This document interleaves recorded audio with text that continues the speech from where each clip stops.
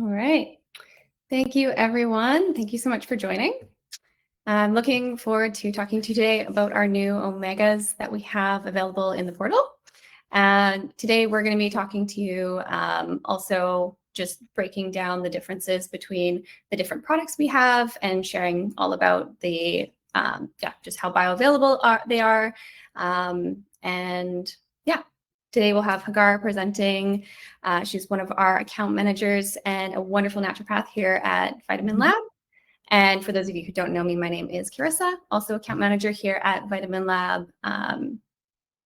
We also have brought on some new products along with these omegas. So we previously brought on, I think there's maybe over 10 new ingredients in the portal. So we have now like an upgraded broccoli seed extract, PQQ, there's moringa, shiitake, a new curcumin. So there's a bunch of new products that if you haven't seen them already, it'd be worth checking out in your portal. You go to the home tab and there's an announcement there listing all the new products. You can learn about them, start formulating with them. But today we're here to talk about the omegas that we have just brought on. So let's dive into those. Okay, so we now have 4 omega options. We've brought on 3 new versions, or 3 new options, basically. So we have omega-3. There are 2 that are under the AvailOm brand, and there's one that is a high EPA and a high DHA. So we have 2 different options there. And then there's also a fully plant-based option. So it's made from algae, really great option for your patients if they are plant-based or have fish allergies. We do still have the original fish oil powder that we had before.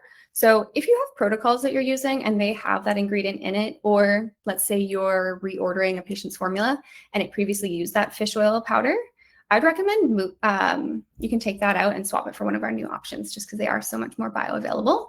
If you do have questions about how to do that too, you can always reach out to myself or Hagar and we'd be happy to review how to do that. Okay. So this is what it looks like in the portal. So if you're creating a formula for a patient and you type in omega under the ingredients, you'll see all 4 of those options come up. So the algae-based one, it's going to be 32% DHA. There won't be any EPA as is normal with a plant-based omega. And then we've got your high DHA and high EPA options. So 34% DHA to 11% EPA and 31% EPA to 15% DHA. And the cool thing about these is that you don't have to just choose one too. So you could add a little bit of both to get your ideal ratio for your patients. So just adds another level of like specificity and personalization that you get by using these. And then of course, if for whatever reason you want to keep using the original fish oil powder, it is still available. What's also cool here is if you do swap out for one of these newer versions, they are a bit more dense. And so you'll see a reduced capsule count if you switch over to those ones.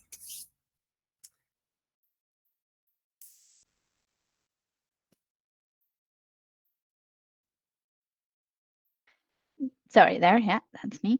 So I'm going to talk to you guys a little bit about the structural differences and how they impact the actual functioning of omega-6, omega-3, and that whole world of fatty acids. So first of all, we know that in broad strokes, we have 2 main fatty acids that are essential to us that we cannot produce in our body. We have to have them from an outside source, so from our foods or supplementation. One is the omega-6 and one of the omega-3 is the other is the omega-3, of course. The omega-6, it's both of them actually, the way that they work and the way that they are, the reason that they are so prevalent in what they do in our body and have all these different jobs is because they are very structural. They work and they are a big part of every cell membrane, right? And we want to have the right ratio between them to get a good cell membrane that on one hand is solid and structured, and on the other hand is allowing the ins and out of different nutrients and the functionality of the cell itself. And so if you look at the lovely pictures we found here, the top one would be basically a solid omega-6s, whereas the bottom is an omega-6 and omega-3 blend, which is how we would like our cells to be. So the ratio for omega-6, omega-3, generally speaking, it does change a little bit in the different tissues, but generally speaking, is a 3-to-1. So 3 parts omega-6 to 1 part omega-3. As we know, the big issues in our diets today is that that ratio is completely skewed. And so the omega-6 is sometimes is a 20-to-1, which would give you that top one that where the cells are not only not taking in and out nutrients well into the cell, but also structurally don't have the fluidity or the flexibility, and that could cause a huge amount of different issues for us. So that's kind of one of the main things about the omega-3, omega-6. Here on the bottom, you can see, and that's just, I mean, it's I know it's biology 101, but just for people who have forgotten, I personally have finished my schooling about 13 years ago. So this is the structure of a saturated fatty acid. Here is the mono one. Omega-3s and 6 are polysaturated fatty acids. So it's this bottom one that gives a lot more flexibility and fluidity to the cell membrane. That's kind of where we're at with that. And is there a situation where you would want, let's say, more omega-6, or you would want to not take omega-3s? Oh, that's a great question. So yes, not many, but there are. When you want omega-6, when you want that inflammatory process, that like, strong structure kind of an impact from a cell, is in situations like recovering from a surgery. So if you have cut through tissues and now that needs to heal, and you want that initial inflammatory response to keep everything stable and not moving while the body's working on healing. So that's where the recommendation to stop omega-3 supplements 2 weeks before a surgery comes from. The other situation would be in any kind of an acute break of the tissue, so skin, cuts, things like in battles or whichever way that has some significant harm that is caused to the tissues. You still want a good general ratio of omega-6 to omega-3, but you don't want to necessarily supplement high dose omega-3 at those situations. You want the body to do its own thing.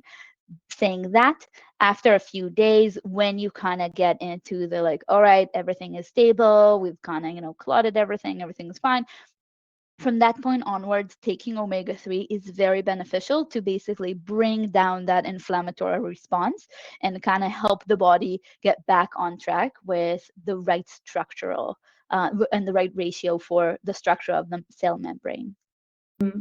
Awesome, thanks. Yeah. Okay.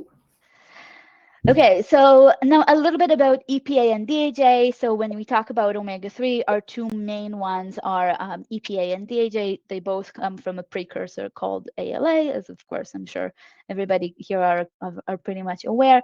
But I just thought it would be really interesting to kind of show you how they look like a little bit, or at least in the chemical structure of it, the way that we look at it. So you can really see it when you look at them, that the EPA is a shorter one. It's a less flexible one, but it does, because of the shape of it, it does fit into enzymes receptors.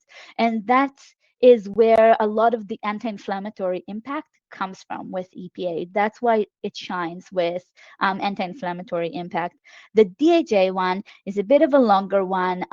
It's highly unsaturated, as mentioned, and it has a bigger impact on the structure of the membrane. So the way that it works in the membrane and how it would let nutrients in and out of the cell, as well as clearing out things. So that's where you will see it or it will be more impactful in cells that need to have really high flexibility, really high amount of like being able to adapt quickly. So things like the brain, the eyes, sperm cell membranes, all of these things that have quick movement and quick adaptations, that's where DHA really shines.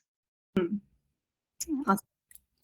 Yeah, I think it's really cool to hear you describe the structure, because I just feel like it gives so much more like context and nuance for the clinical applications, rather than just, oh, EPA is good for this and DHA is good for this. It just gives you that context. So I guess in general, we can think about EPA being stronger in its anti-inflammatory effects, and then DHA is adding structure to the cell membrane, if we were to summarize. Yeah, absolutely. So of course it's never 100%, but that's kind of where, but that's the general rule of thumb when you think about these two. Yeah, and then, I mean, looking at this table, what is interesting to me is that, so for example, anti-inflammatory effects. EPA is strong, but DHA still has moderate effects. When you go down this list, you know, there's kind of, you're getting benefits from both, right? So it's not necessarily, it's like one or the other. And with the supplements or with the new ingredients we have, you are still always getting a little bit of both. So, and it's, I want to just kind of, you know, mention that, so this table, for example, if we look at brain structure and development, you know, the evidence we have today about EPA for that is mild, whereas we have really strong clinical evidence with that for DHA. However, all of this is the summary of the studies that we have today. And these things change quite rapidly when you talk about omega-3. It's being researched in so many different ways, in so many different contexts. And so what we know today might change from 2 years from now if we would do, you know, a similar webinar. Some of these might be different and might be, you know, will show different amount of clinical evidence behind them. So not to disregard any of the EPA or DHA, but just to kind of give you an idea of what is prominent today. Yeah, I like that you mentioned that. We only know so much, right? And we're always just learning more and more. And you know, in foods, things always come together. Like you have very few foods that are exclusively DHA or exclusively EPA. If you're talking about a vegan diet, you know, and we're talking about getting sources for ALA, then that will convert to either or. So our body is really good with actually utilizing either or for different things and converting from one to the other. Giving it what we need in that moment based on what we have. Yeah. Awesome. So I think it'd be cool to, Hagar, ask you some questions and going through these different clinical uses for omegas, because there's honestly there's so many different uses for it, right? And so it'd be cool to just hear your approach to sort of each of these different categories. So if we thought of, for example, brain support, I know there's a lot of different types of brain support. If we look at, you know, migraine and depression versus like memory and ADHD, but tell me a little bit about how you would approach that in practice. Oh, that's a great question. So first of all, we'll start with saying that both would need a little bit of both, but then the differentiation here will be, when are we looking at an inflammatory response, whereas when are we looking at structural? So for example, with the neurologic and mental health section here, right, the migraine and depression, we know has a very, very strong inflammatory component to it. So when I formulate for those, I would definitely, you know, focus on high amount of EPA with a good amount and just a little bit of a DHA support, which is how the AvailOm is already structured. So that's fantastic for that. So I would definitely go with a high EPA, whereas the memory and the ADHD have a lot to do with creating new new neural connections between between brain sections, within different sections of the brain. So it's all about, you know, restructuring and creating new kind of different like points of where those neurons connect. And so this, because of that, the structural nature of that, my focus there would be DHA. So for memory and ADHD, I will go with a stronger DHA formula. However, with both could potentially, depending on why we're experiencing those issues, potentially there could be an inflammatory issue. So again, having a little bit of that EPA support, which the AvailOm DHA does have both, is an important one. So that's kind of how I would differentiate and what I would choose to formulate with.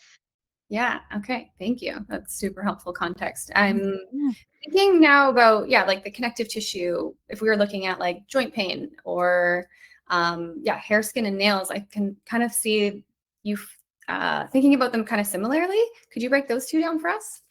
Yeah, that's a good one because, for example, skin, hair, and nails are somewhere in between, right? So somebody can come to you having significant hair loss, like that's their main complaint, and then only through differential diagnosis will you get to of like why the hair loss is happening. So it can be something from like an inflammatory situation, like something's wrong with the scalp, there is an inflammation going on in the skin or in the scalp tissue, and so that would require a higher EPA. And so a lot of time I would ask things to kind of understand which is which. I would ask something like, well, does the hair fall from the follicle? Like, do you see the follicle of the hair when it sheds? Versus hair that might not fall from the follicle, but might have a lot of breakage, and it will cut or it would fall somewhere like in the middle of the hair. And that's where it's the flexibility of the hair structure, of the hair proteins that you're actually looking at. And that would indicate for me that that person would need a higher DHA support here. So the DHA will give you that flexibility, that ability for the hair to not break when you brush it or whatnot, versus addressing an inflammatory reaction on the scalp or the hair follicles, which would be more high EPA kind of consideration.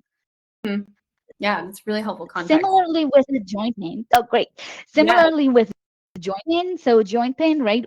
We know that all the arthritis, all the issues are inflammation, and so that would be an indication for an EPA. But we can't forget that those inflammatory reactions, responses also cause, over long periods of time, will cause damage to the cartilage itself and to the ligaments and the tendons in the build the joint itself. And so for an ongoing kind of chronic support, I would definitely focus on the DHA. But if there is an inflammatory event, if there is a flare up right now, or if there is a consistent, high inflammation levels in that for that patient, then EPA will be a good one to focus on. Honestly, with joint pain, sometimes you would need to combine both to get the full effect, and address both the inflammation but also the tissues themselves and protect the cartilage. Right. And I guess that's the case for when you're formulating a personalized supplement, you can add both in, right? You're not having to choose one or the other or have two different bottles. You can really add the exact dosages of EPA and DHA you want by adding in both of the new AvailOm products. Yeah, that's exactly it. And it's also, and then you can also change it with refills, right? So if the patient came to you today because not only they have chronic arthritis, but right now they're in a really bad flare up and everything is hurting and all of that, you can go with high EPA and address the inflammation and add a little bit of the high concentration DHA. Whereas 3 months from now, when it's time to create a refill formula for them, you can reduce it. You have the flare up under control. The inflammation is better. You can definitely change the ratio to meet where that person is at that moment. We also know that for chronic situations, there are things like seasonal changes, which will impact or which will be triggers for flare ups. Right, so a lot of the time, springtime or winter, those seasonal changes can cause flare-ups. And so, if we know that we're going into a season that patient tends to have a higher amount of flare-ups, we can increase the EPA to begin with, so that they don't get to a full-on flare-up, and we can mitigate those impacts before they even happen. And so that's another good advantage for formulating for them 3 months at a time, looking at where they are, addressing potential concerns. That gives you a lot of flexibility there. Yeah, I love that. It's personalized, but personalized also evolves with the person, right? So yeah, let's talk a little bit more then about the hormonal reproductive. Like I'd love to hear more about preconception and pregnancy. I know that's an area that you're super experienced in. And then PCOS, PMS, endometriosis. Tell us about these. Like what would you think about when you're formulating for patients going through these? Yeah, that's a great question. So as I'm sure everybody who have been on a meeting with me know, I specialize in women's hormones. I do a lot of hormonal support. I do all of these guys, and I see them in my clinic fairly often. So now going back to, our differentiation with the EPA and DHA and kind of how they work in the cellular level, we can think of it on these different topics from that perspective. So preconception, it's a very, very structural, right? We want a good egg, a well-matured egg with good amount of that will be able to split and multiply and become a baby, if that's what that patient is looking for. And it's the same for pregnancy. Once they conceive, the growth is huge, and so the need for DHA is unsurprisingly huge. When we talk about preconception, a lot of time when there are issues with preconception, so if it's just a normal healthy woman who's just coming for some preconception support, something with for example, the high DHA is a great way to go about it. However, women that have come to your clinic a lot of time would already have some issues with preconception. They're already have tried for a while. They had other hormonal issues that they might have been battling with, and now they're trying to become pregnant on top of it. So all of the other ones, so all the PCOS, PMS, and endometriosis are all very inflammatory situations. And so somebody who's coming to you for preconception support but has a background of one of those three will probably need more than just high DHA. I would usually formulate a high EPA, high DHA, at least for a good 3 months, and then let's reassess. So I won't just give them preconception support with the DHA. I will give them also inflammation support and a whole bunch of other things depending on kind of what situations we're dealing with exactly at that point. But in terms of omega-3, they will get from me both high EPA and high DHA to support both the preconception and the inflammatory situation that they're dealing with. I will do that for 3 months, and then I will meet them again and see where they're at that point. And if they got pregnant, amazing. We can drop the EPA to a very minimal level, or maybe even take it out completely, depending on kind of what it is that we're dealing with. For example, terrible PMS, but if she got pregnant, great, I can completely take out the EPA, and we'll just keeping her on high DHA, versus something like endo that tends to have other that those hormones even in pregnancy can cause flare-ups in other tissues, like if they have endo lesions on their gut or rectum or these kind of things, then I will keep somewhat of a low-level EPA to support the DHA. So I will use both in those kind of situations. Fantastic. Awesome. Thanks for sharing. I think, yeah, maybe we can just cover a brief touch on immunity as well. I think that one's super interesting, just with what you mentioned about surgery and using omegas acutely, but then what about instances like, let's say, autoimmune? I think that would be probably different. Yeah, that's a great question. So in an autoimmune situation, autoimmune is a lot of times very inflammatory. And part of the issues with autoimmune is that it has a hard time bringing that inflammation down, right? Like our body uses inflammation as a very, very strong tool to address something very drastic that just happened. So a wound or a surgery or something that is like a really big interference in in our body. And so getting inflammation up is usually fairly easy for our body.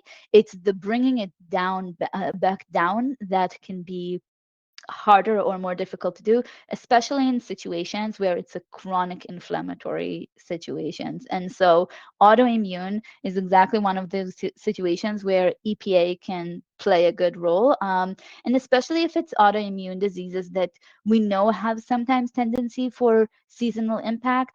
So anything from allergies and or the arthritis and these things that we have mentioned before, anything that will have flare up. Lupus, for example, is another one of those that tends to have flare ups that are triggered by seasons, triggered by high stress situation. So for example, if a lupus patient in remission is getting married, even though it's a positive stress, it's still a big stressor in her life. And so I would probably put her on like a higher EPA omega-3 to help support that and bring that down, because obviously you don't want that butterfly rash on your face for your wedding day. So that kind of how this one plays a role. Whereas if you, again, the kind of going back to that, to the surgery situation or situations where you might do need a good inflammatory response for something acute and short-lived, then I would take them off of omega-3, or I would switch them to a DHA to kind of maintain, keep them on a maintenance dose for omega-3 without interfering with inflammatory responses. Awesome. Yeah, and I imagine, I guess, if someone had, let's say, arthritis, like you mentioned, the EPA is going to be super supportive, but they might benefit from the DHA just for that, like, sort of structural side of things. Absolutely. They do want, for arthritis is a great example for that, because you do want to protect the tissue itself, right? So both the cartilage and the tendons and the ligaments and all of these things, look, they need that support. So, and especially combining something like DHA with the EPA to support the inflammatory, but the DHA to have that structural support, especially with something like coenzyme Q10, would be really, really beneficial for people who have issues with arthritis, for example, or tendonitis, or these kind of things. Okay, good to know. Mm. Awesome. Does anybody have any questions for all of these different situations, stuff that you saw in clinic and might not have been sure how to formulate specifically for that? You can just pop them in the chat if you have any, and we can read those out.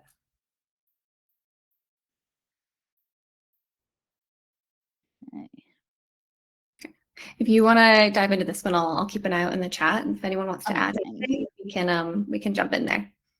Perfect. So some challenges with omega-3 and what we have in our in the market today, right? So first of all, let's put it in context. Most of our fatty acids come from food, not surprisingly, not surprising at all. With omega-3, we can supplement when we need to change a ratio or we need to create another emphasis. I will say here that you can't, continue eating your McDonald's and take a supplement of 1,000 milligram, even if it's a really high quality 1,000 milligram of omega-3, and expect a significant change. You guys are all practitioners. Changing the lifestyle, changing diet makes a world of difference. But with the supplementation, we can definitely push it to have a more significant impact, especially in like flare-up situations or a more acute situation like that. So the challenges that we can sometimes have with omega-3 would, first of all, they would be fairly similarly absorbed to how dietary fats are absorbed. They do have a bit of like shortcuts in them, which is fantastic, but we'll kind of review a little bit how that process works and where the difficulties lie. And so the first thing that happened is, of course, you would eat your salmon or whichever other source of omega-3. It would need to be broken down in the stomach and to have enough stomach acid to break it down to the smaller pieces, and then it will need to emulsify, because nobody absorbs fats in their fatty portion, in their fatty form. They will need to be emulsified. That happens when enzyme secretion triggered by the mouth feel of fats. So I always tell my patients, and I added on VitaminLab, like in the notes section there, if I add omega-3 into a supplement, I tell them to take it with food. So unless they're taking an oil form of omega-3, like just a straight up oil, then anything that is encapsulated need to be taken with a little bit of fat, because we want to trigger that enzymatic process. We want to let our brain know to inform our digestive tract that fats are coming. And anything that is encapsulated doesn't do that, right? You don't get that mouth sensor. And so that is one of those things that is important to do, is to add that little note to direct them to take it right. And so once the brain sensed that fats are coming, our gallbladder will contract and bile will pour into our gut, which will then help with the emulsification process.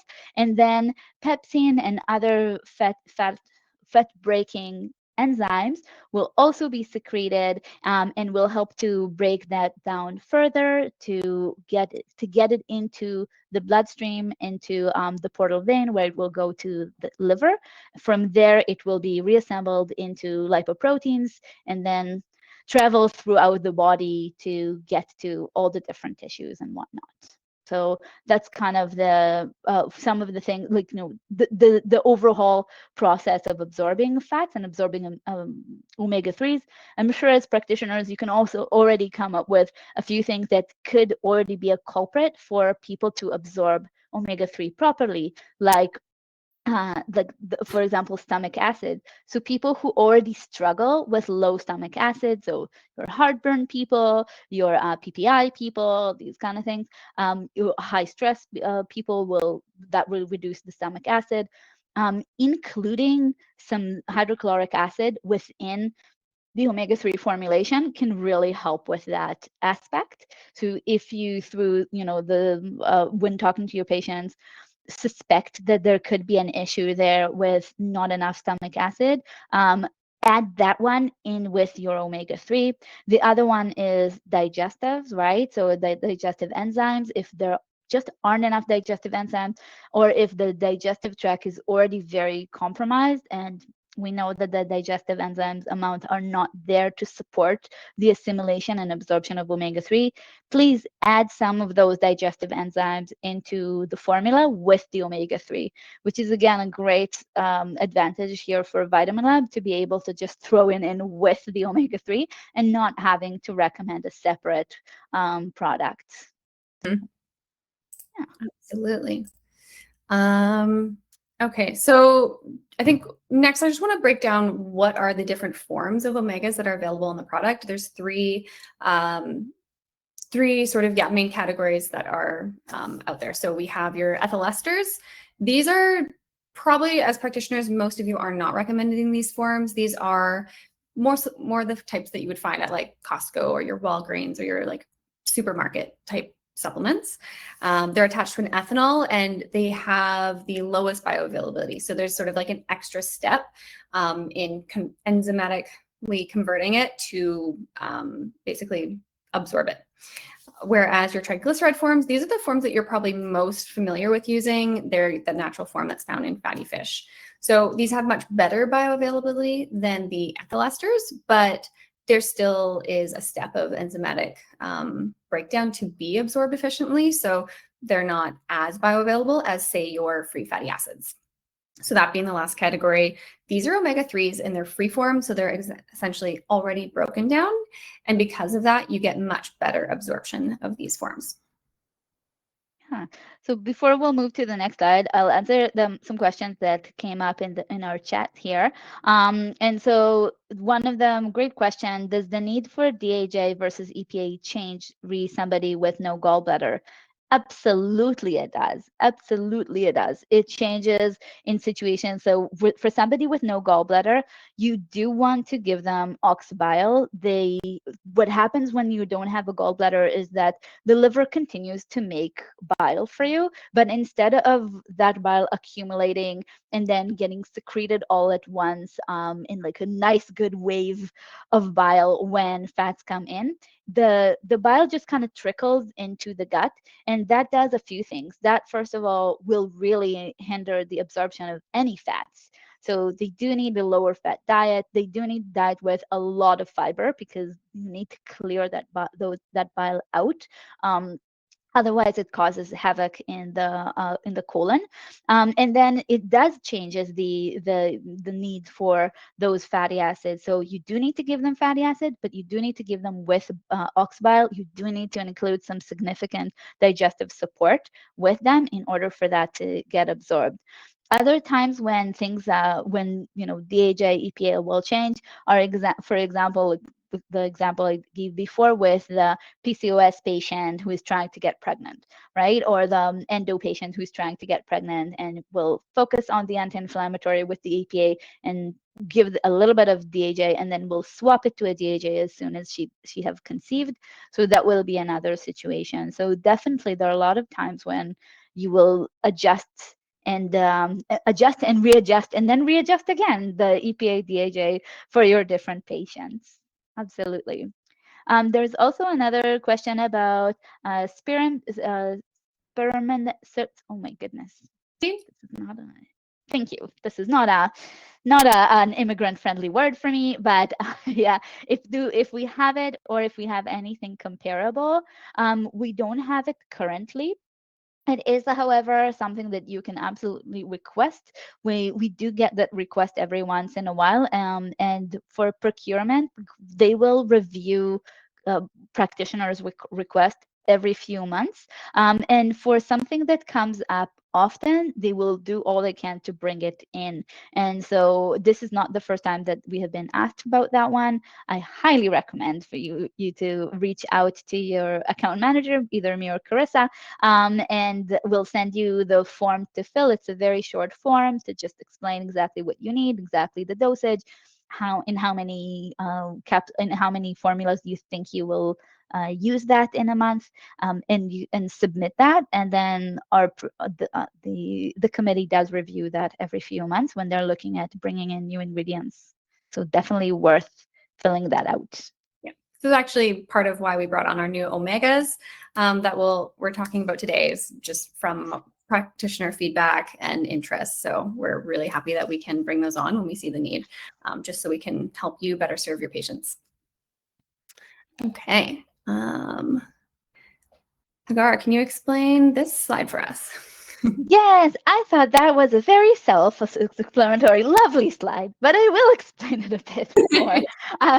So when you look at the absorption of the different forms of omega-3 when you see it in the market today, are, of course, what Carissa mentioned, the ethyl esters. So the reason why it's hard for our body to absorb it is that it requires hydrolysis plus the pancreatic lipase. So it requires both for your pancreas to work extremely well and the hydrolysis through the gut that starts with having enough stomach acid. So you need the whole digestive tract to really do a very good job for you, which, as we know, a lot of these people don't come to see us in the clinic.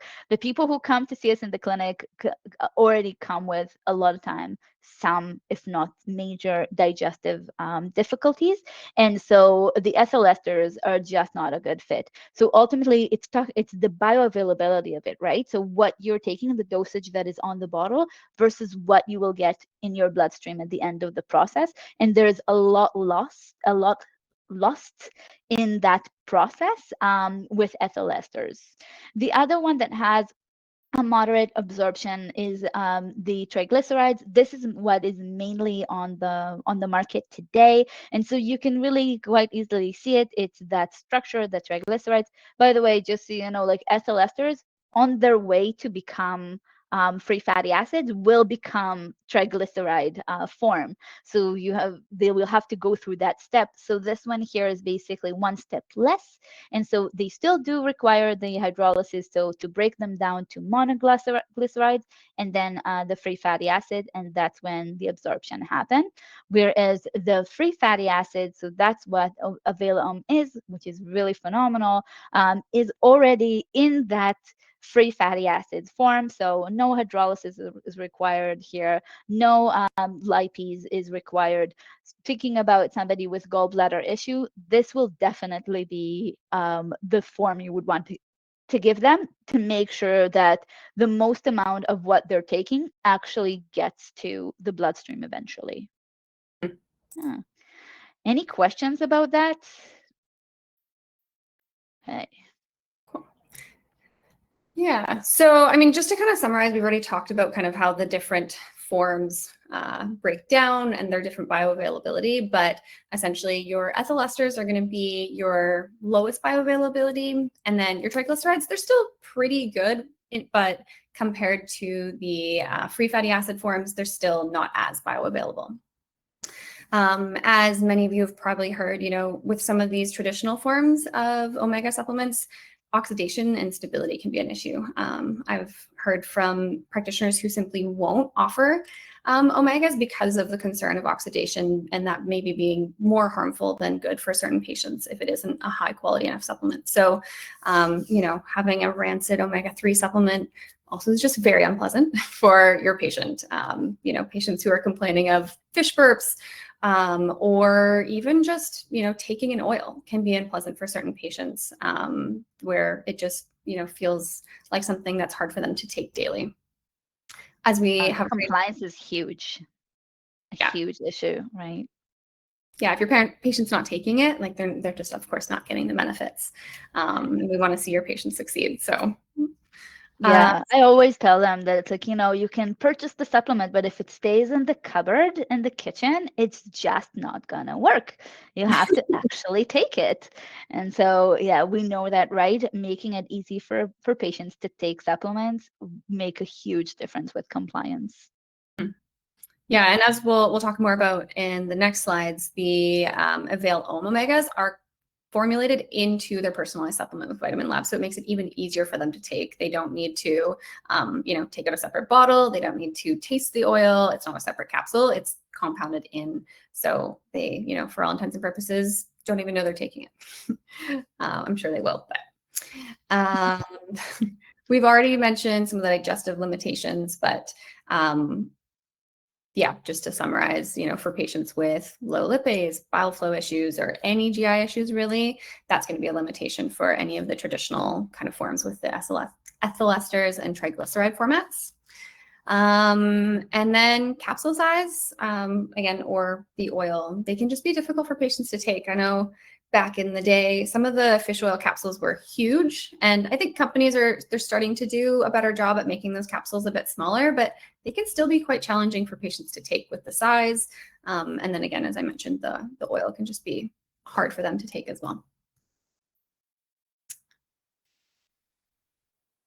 Okay.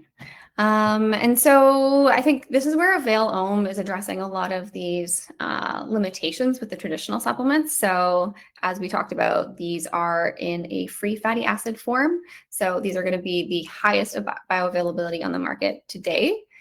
They are bound to a lysine. So lysine is in there because it helps to create stability. So reducing those issues of like oxidation or rancidity. And another cool bonus to having that lysine is that you are going to get a bonus dose of lysine. So let's say you are used to dosing 1,000 milligrams of omega, you would then get, let's say, 300 milligrams of lysine for that patient. So it's kind of like a nice free little bonus that they get for that immune support boost. And the other part of it being bound to lysine is that because it's amino acid, it actually helps to slow digestion to get better absorbed. Which, Hagar, if you don't mind explaining it, because I think this is a really important distinction, can you help clarify that difference between sort of the bioavailability and those steps required to break it down versus slowing it down being better for absorption and getting more bioavailability? Oh, yeah, that's a great question. So bioavailability is basically what are you taking? What have you swallowed basically at that point? And then how much is lost in the process of getting it to a form that can actually get into your body, like cross the gut wall into the bloodstream, right? So that's what the bioavailability. So as mentioned, right, with triglyceride form or with ethyl ester forms, you lose some because it's dependent on conversion. And always when there is a conversion process, a certain percentage will not get converted just because of the biology of things and how things work in the body. It's never ever 100%. A lot of time with conversion, if we only lose 10 to 25%, that's a small loss basically. And so that's the bioavailability component of it, is like when you're looking at free fatty acids compared to what is the bioavailability, it's a very high. There's a very little that actually needs to happen in order to get it through the gut wall. However, in the gut, we don't absorb everything throughout the whole gut. That's not how our biology works. So we can only absorb things in when we have receptors to absorb them. And so for that reason, you want the omega-3 to get there slower, which is another good reason to take it with food, or in this case, to take it with the lysine, because if the omega-3 have passed the area where it can actually absorb, it will just travel all the way out. And people who have taken liquid omega-3, high dose liquid omega-3 in the past can tell you that at the beginning, you feel it, right? You'll go to the washroom quite often. It will, when you hit your limit of how much you can take in one dose, your body will let you know. And so here the idea is to take those free form fatty acids, but slow down how fast they will reach that absorption site in order for the most amount that possibly can get absorbed to get absorbed and to cross that gut wall into the portal vein. Mm. Yeah, and it's interesting because you said taking it with food helps to slow down digestion, so you're absorbing more of it. I think with AvailOm, you actually don't need it to be taken with food because it's already in the free fatty acid form. But it's great to know that if you do take it with food, or just the fact that it's bound to an amino acid, you are going to get better bioavailability. So something that 100%. Awesome. Yeah, and then for AvailOm, I think one of the coolest parts about this is that it is much more bioavailable compared to the triglycerides. So you can actually dose a lot lower. So I know one of the challenges with the previous fish oil we had is that it was contributing to an increase in capsule size just because you need bigger dosages of it. But with this one, you can dose 30 to 40% less than the same potency of a triglyceride. So let's say you had 1,000 milligrams is what you're used to using in triglyceride format. You could bring that down to like 600 to 700 milligrams. Or another example being like if you were dosing around 500 milligrams, you could bring that down to about 300 milligrams. So you're getting much better potency for a reduced amount that you need to use.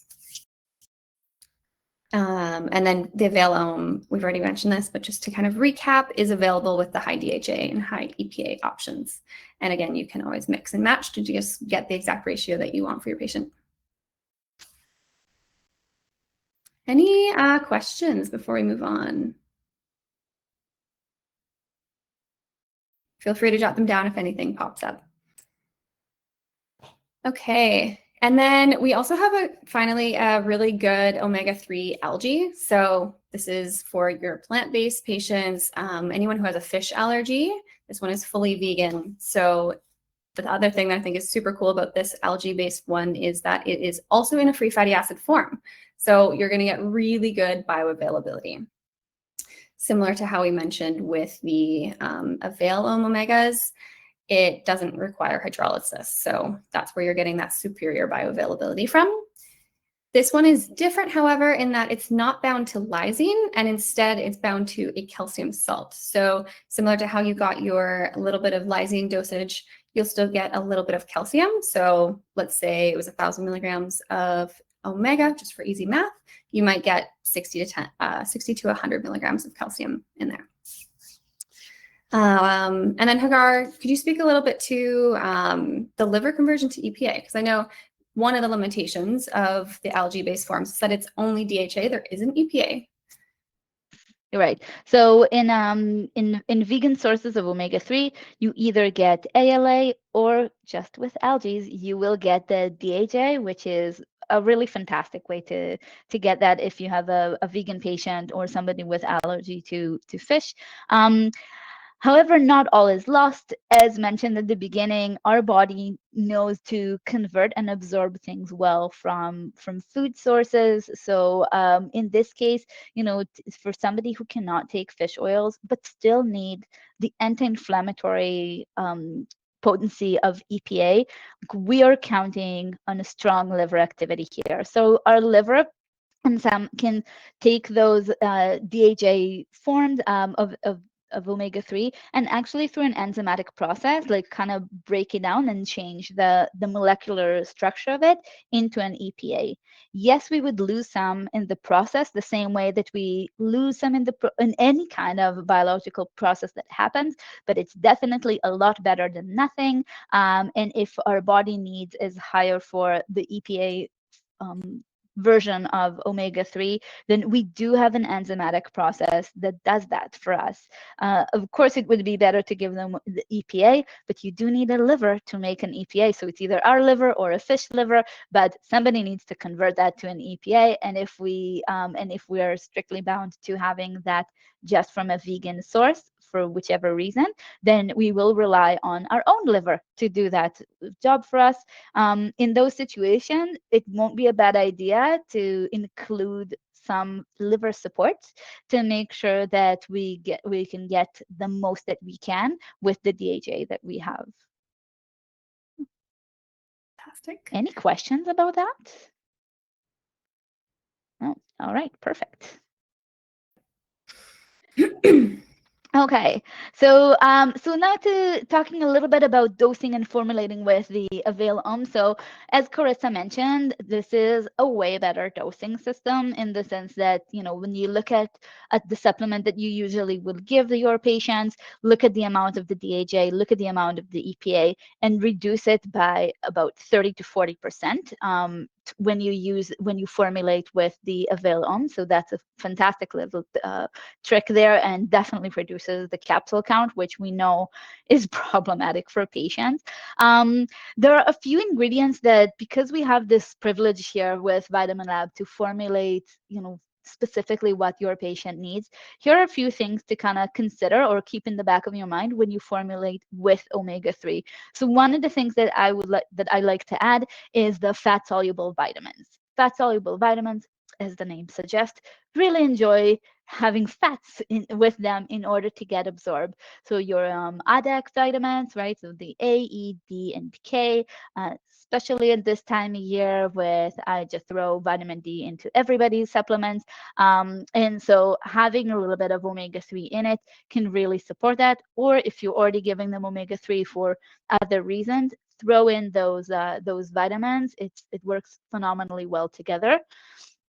Curcumin, so the active constituent in turmeric, is a fat-soluble anti-inflammatory. It's a very strong anti-inflammatory, which is a phenomenal marriage with EPA and omega-3 generally. They work so well together, and the omega-3 would actually enhance the absorption and the utilization of the curcumin, of that active ingredient, from the turmeric. It is very cool. It's the way that it works. It basically all the hydrolysis that happens, all the those free fatty acids that will be kind of go into the portal veins, they kind of take the curcumin with them, and so wherever those lipoproteins will travel in your body and give those omega-3 to your cells, the curcumin is there as well, and it has a significant effect for anti-inflammatory. So you get an enhanced efficacy for anti-inflammatory, and so I really love combining those two together.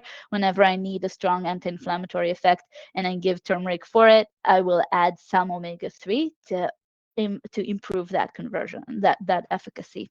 The other one is the other one that works really well with having some omega-3 added to it is the phosphatidyls. So the phosphatidylserine, the phosphatidylcholine, those are already lipoproteins. They're already a protein that connects to both to fatty acids, and so again, increasing the efficacy. So a lot of time we will give phosphatidylserine to reduce cortisol level in the brain and cortisol level generally. when cortisol is high, as we well aware, inflammation go up. And so adding a little bit of the AvailOm EPA, high EPA with phosphatidylserine really helps to support that efficacy. Same thing with the phosphatidylcholine. A lot of time we will give it in situations like ADHD, memory issues, these kind of things. And so adding the AvailOm DHA to it can really help and get an increased efficacy for your patients. So really great to formulate with those as well. And then, as mentioned before, when there are already digestive issues, add in some HCl, add in some digestive enzymes, like make sure that we're supporting the omega-3, not just giving them the omega-3, but the whole absorption process of omega-3, and being able to put it together already in the same capsule is a really great bonus for that. The other thing to kind of consider when we talk about that, and we have mentioned it throughout this webinar today, is what do we do is to adjust dosages as the patient progresses in their in their treatment plan with you. So for example, somebody can come to you with really high amount of omega-6 in their diet, and as you create those changes for them, as you swap their omega-6 into more omega-3 or into a more balanced form, balanced diet of a 3-to-1 ratio, you can initially support with high amount of omega-3 in their formulas, and then over time reduce it to somewhat of a maintenance amount of omega-3, so it doesn't have to stay on a high dose continuously. And as mentioned, in different situations, the need for EPA and DHA can really change throughout our life and what we need at different stages. And so that is another one that is important to kind of keep in the back of your mind, and you can always change and tailor it to fit that patient's needs for right now, for the next few months, right? These kind of things. Another one is seasonal changes with, again, we mentioned a little bit, but now moving into winter. I don't know where you guys are, but here in Canada, it's definitely a lot drier. The skin suffers. And so adding a little bit of DHA into people's formulas is a great idea for this season. So a vitamin D DHA kind of combo is really good supportive for pretty much anybody for the next few months, at least here in dry Canada, right? But depending on where you're at, you can really adjust for that. Whereas, come spring, you might want to switch it to an EPA, especially if that's a patient that tends to have allergies, that tend to have hives, or tend to have flare-ups of different autoimmune diseases, the autoimmune situations during the spring season, right? So you can really kind of adapt it and adjust it throughout. Another point to kind of think about when you dose omegas, when you're deciding how much to give, is that standard dosage is always calculated, or the suggested dosage is always calculated for 150-pound adults. And so that's kind of the rule of thumb. So depending on who your patient is, you can reduce or increase the amount to meet their needs. So kids obviously will need a lot less and still will have good efficacy. A frail older woman might not need as much to see efficacy, and then you can use a lower dose, and with that also reduce the potential side effects of having like bleeds and stuff like that, which of course we don't want. Versus if you have a big guy coming in who's a bodybuilder or is just a very big person, and they're working with you to make some lifestyle changes, then the dosage for 150-pound adult might not be enough for them. So you can definitely push the limit and increase the amount that you're giving them. And then lastly, so chronic conditions versus daily support. So again, I like to add a little bit of the omega-3 into most of my patients' formula. Most of us don't hit that 3-to-1 ratio for omega-6 to omega-3. Even if we have really good diets, it's hard in the Western society and in the Western world. And so I would add a little bit, and that's just a kind of a daily maintenance, especially if there aren't any significant digestive issues or anything like that, versus people who are coming to see me that already are dealing with chronic conditions, with flare-ups, any kind of those things, then that's a different conversation and a completely different dosage scale versus just kind of a daily support to like, here, take your vitamin D and also a little bit of omega-3 to go with it. So that's kind of my, pointers of how I formulate with omega-3. Do you guys have any questions about that? Yeah, we had a great question, which relates to the previous slide when we were talking about the algae. What are your favorite liver support ingredients for the omega-3 algae? If you want yeah, that's a great question.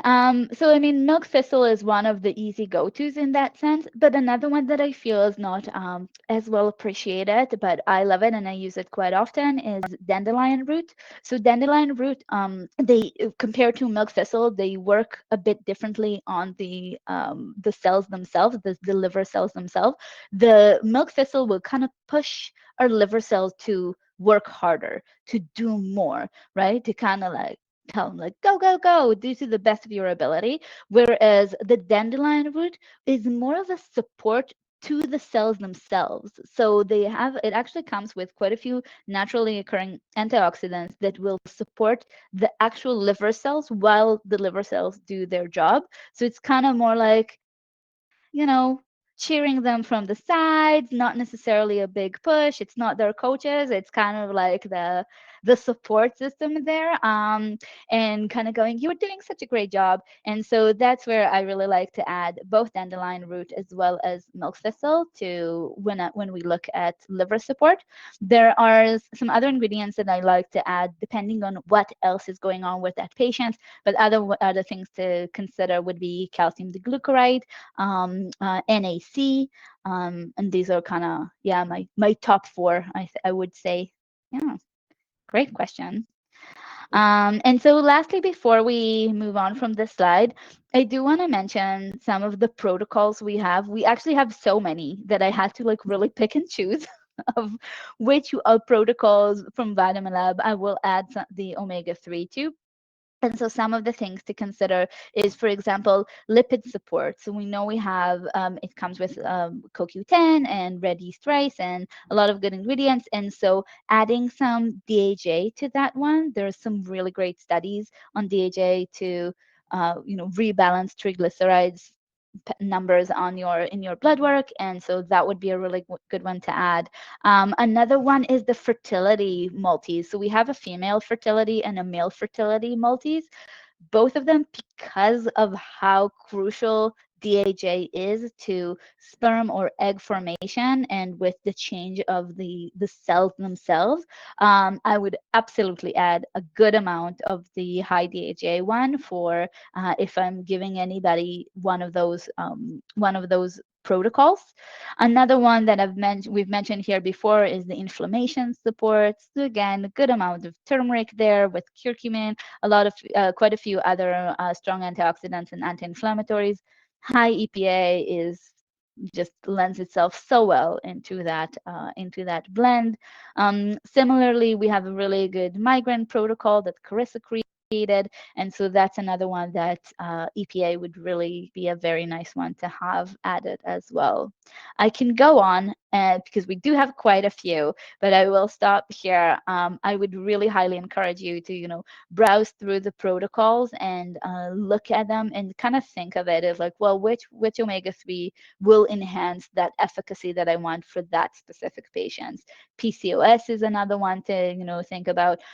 Performance and recovery. So again, that's another good example, Carissa, of when you do want a certain amount of inflammation post-workout in order to build the muscle, right? But fairly quickly after that, in order to maintain, you do want to bring that inflammation down. And so for recovery formulas, adding a little bit of EPA is a great idea. And then just spreading it out so you're not taking it right after your workout, you're taking it later on after there's a few hours of that like beneficial inflammation. Exactly. Yeah. Okay. Do we have any other questions from anyone? I know we went a little bit over time, but we do have some time we can stay and answer any questions you might have.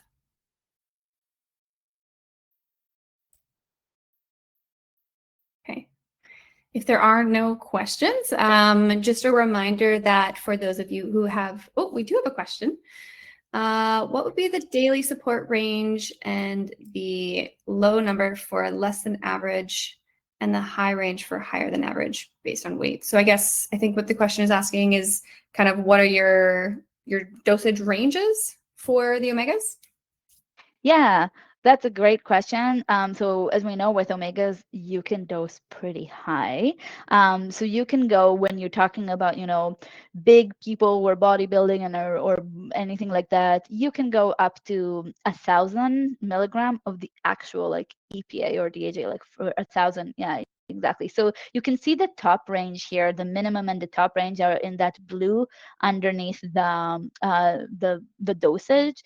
So those would be ranges. So basically up to 3 grams would be max for that kind of omega-3.